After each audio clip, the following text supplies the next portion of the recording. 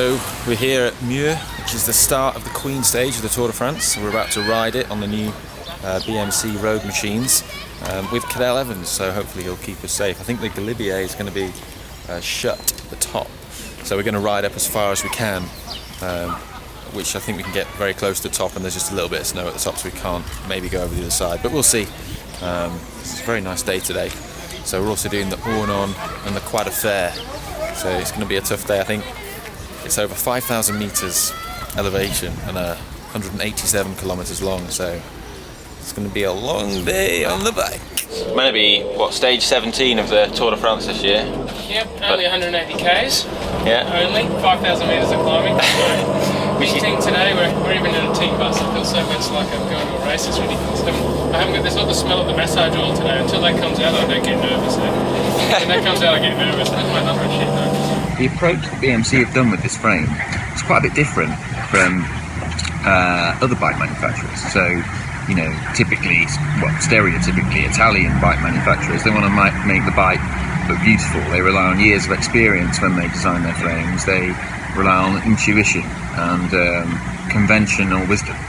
Whereas BMC took a different approach, and they've used maths and science.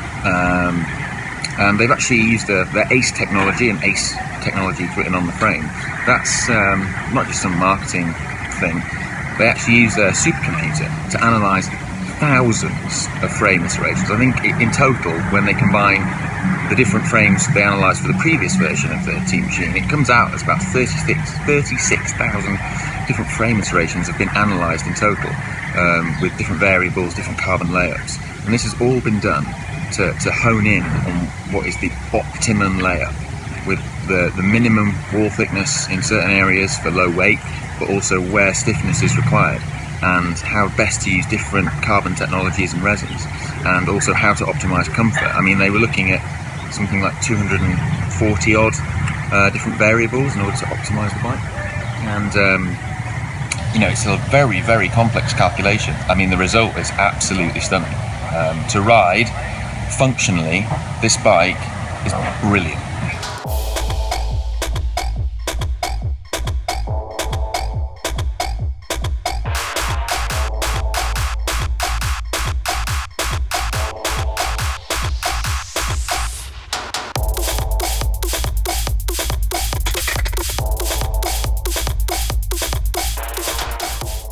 So I've been riding the new road machine in the Alps for the last 3 days, and it climbs beautifully because it's not like it doesn't weigh as much as a normal disc brake bike. You don't feel like you've got the penalty of disc brakes, but all the benefits as soon as you start descending, they feel fantastic.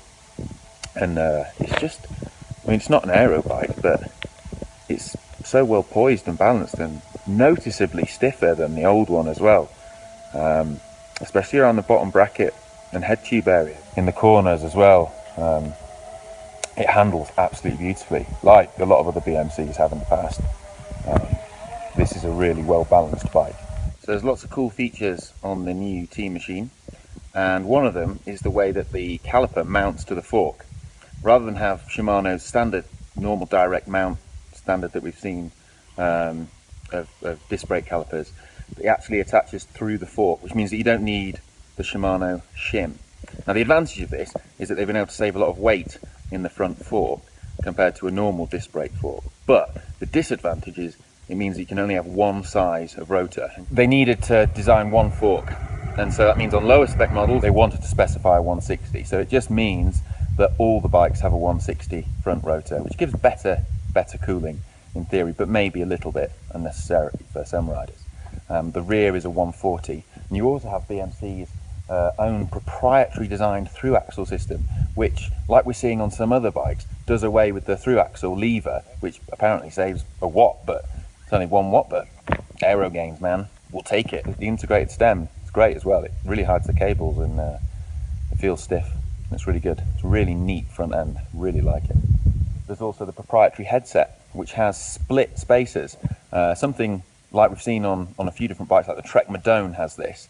And this is important because some bikes, such as the Cervelo P5, never had this split spacer design. And when you've got hydraulic brakes, it's really important that you can split the spacers in half. because otherwise you have to undo the hydraulic lines if you want to take a spacer out. If they're split, you can just take them, split them in two, take them out. Life's a lot easier, especially if you're traveling with your bike. You want to take the handlebars off, for example. My only criticism, really, of this particular exact model we have here is the wheels they've put on it, which are these new DT Swiss PRC 1100s. They've replaced the old Monchasseral rims, but they do feel like there is a bit of lateral movement in them when you really, really push it in the corners.